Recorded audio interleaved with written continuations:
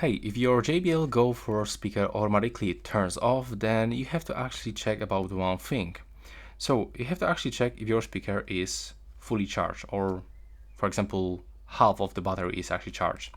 So if this icon is flashing red, it actually means that your speaker is already discharging, and that's probably the reason why it is turning off.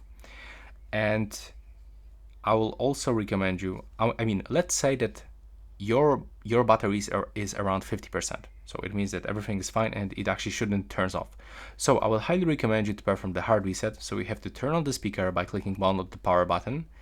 Now you have to click and hold the play button and the volume up button together for around few seconds, for around 5 to 6 seconds, until your speaker turns off, and then you can just turn it on back. And it means that we just perform the hard reset.